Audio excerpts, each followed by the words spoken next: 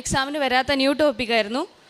എനിക്ക് ഒന്നും അറിയത്തില്ല. ഞാൻ അമ്മയോട് പറഞ്ഞു, അമ്മേ എനിക്കറിയാൻ പാടില്ല, എൻ്റെ കൈക്ക് പിടിച്ചോ, നമുക്ക് രണ്ടുപേർക്കും കൂടെ എക്സാം എഴുതാമെന്ന് പറഞ്ഞ് ഞാൻ എക്സാം എഴുതി. ആ എക്സാം ഹാളിൽ നിന്ന് ഏറ്റവും ആദ്യം എഴുതി കഴിഞ്ഞ് പുറത്ത് വരുന്ന ഞാനായിരുന്നു. അപ്പോൾ എൻ്റെ കസിൻ ബ്രദറായിരുന്നു കൂടെ നിന്ന്. ഇപ്പം എന്നോട് ചോദിച്ചു, നീ ഇത്ര പെട്ടെന്ന് എക്സാം എഴുതി കഴിഞ്ഞോ എന്ന് ചോദിച്ചു.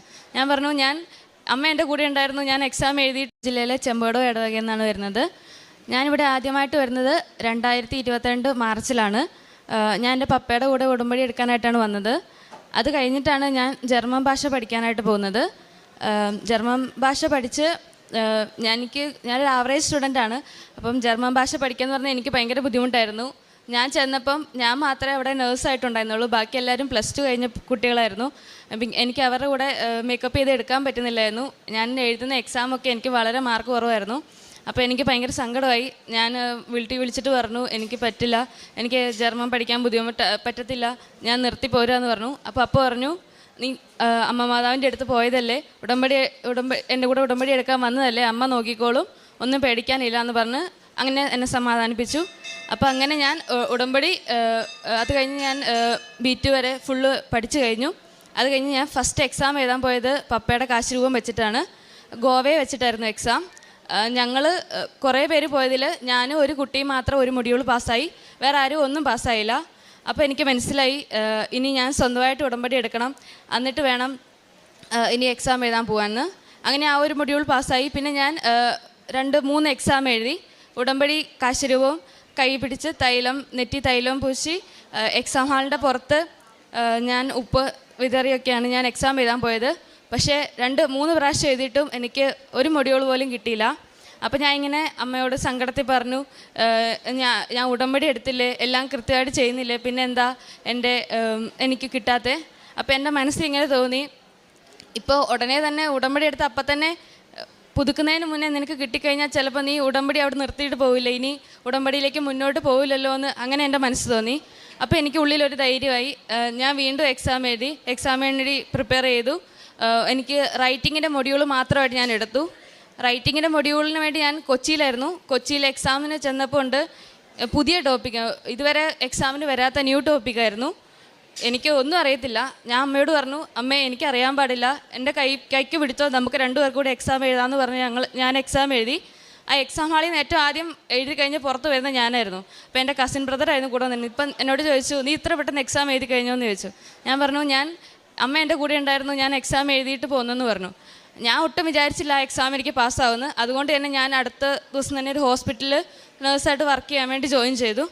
അത് കഴിഞ്ഞ് പിറ്റേ മാസമാണ് റിസൾട്ട് വരുന്നത്. റിസൾട്ട് വന്നപ്പം ഞാൻ ആ എക്സാം പാസ്സായി. 60 മാർക്ക് മതി പാസ് മാർക്കിക്ക്, 63 മാർക്ക് കിട്ടി.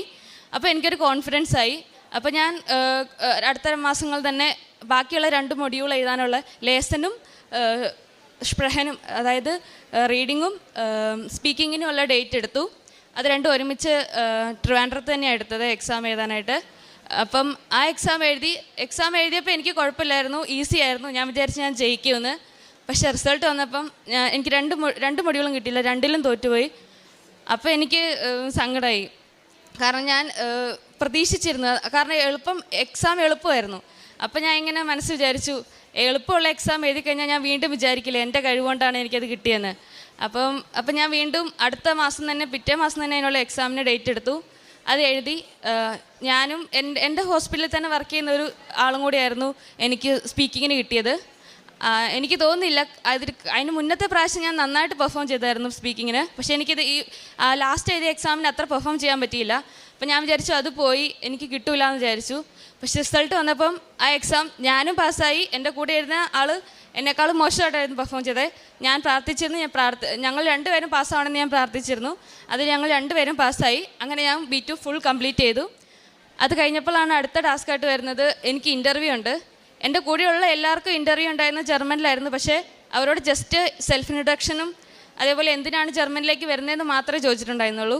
പക്ഷേ എന്നോട് വന്നപ്പം ഫുൾ മെഡിക്കൽ ടേംസ് ആയിരുന്നു. ഞാൻ വർക്ക് ചെയ്യുന്ന ഡിപ്പാർട്ട്മെൻറ്റിനെ കുറിച്ച്, അവിടെ എന്തൊക്കെ ടൈപ്പ് കേസുകളാണ് വരുന്നത്, അങ്ങനെ ഫുള്ള് ജർമ്മനിൽ ചോദിച്ചു. B2 ജർമ്മൻ പാസ്സായതുകൊണ്ട് മാത്രം മൊത്തം കംപ്ലീറ്റ് ചെയ്ത് നമുക്ക് മെഡിക്കൽ ടേംസ് ഒന്നും പറയാൻ പറ്റില്ലല്ലോ. അപ്പോൾ എനിക്ക് അത് കിട്ടിയില്ല. അവരെന്നോട് പറഞ്ഞു, മോശം പെർഫോമൻസ് ആണ്, ഇതുകൊണ്ട് കാര്യമില്ല, ഇവിടെ വന്നിട്ട് കാര്യമില്ല എന്നൊക്കെ പറഞ്ഞു. എന്നിട്ട് അവരെനിക്കൊരു ചാൻസ് കൂടെ തരാമെന്ന് പറഞ്ഞു. അപ്പോൾ 1 മാസം കഴിഞ്ഞ് അവരെനിക്കൊരു ചാൻസ് കൂടെ തന്നു. ഞാൻ അമ്മയോട് പറഞ്ഞു, അമ്മ ഇത് ഞാൻ 2-2.5 വർഷം എടുത്തു ഞാൻ ഇത്രയും B2 പഠിച്ച് എക്സാം എഴുതി ഇവിടം വരെ എത്താൻ. ഇനിയും പോയി കഴിഞ്ഞാൽ എൻ്റെ വർഷം പോവും, എനിക്കിനി സമയമില്ല. അപ്പം ഞാൻ അമ്മയോട് പറഞ്ഞു, അമ്മയുടെ കാശ് രൂപ ഞാൻ മുറുക്കെ പിടിച്ചു. ഞാൻ ഓൺലൈനായിട്ടായിരുന്നു ഇൻ്റർവ്യൂ. ഞാൻ ഇരുന്ന ടേബിളിൽ ഉപ്പിട്ട് എൻ്റെ നെറ്റിയിൽ കുരിശ് വരച്ച്, എൻ്റെ ഫോണിൽ കുരിശ് വരച്ച് ഞാൻ അവിടെ നിന്ന് ഇൻ്റർവ്യൂ അറ്റൻഡ് ചെയ്തു.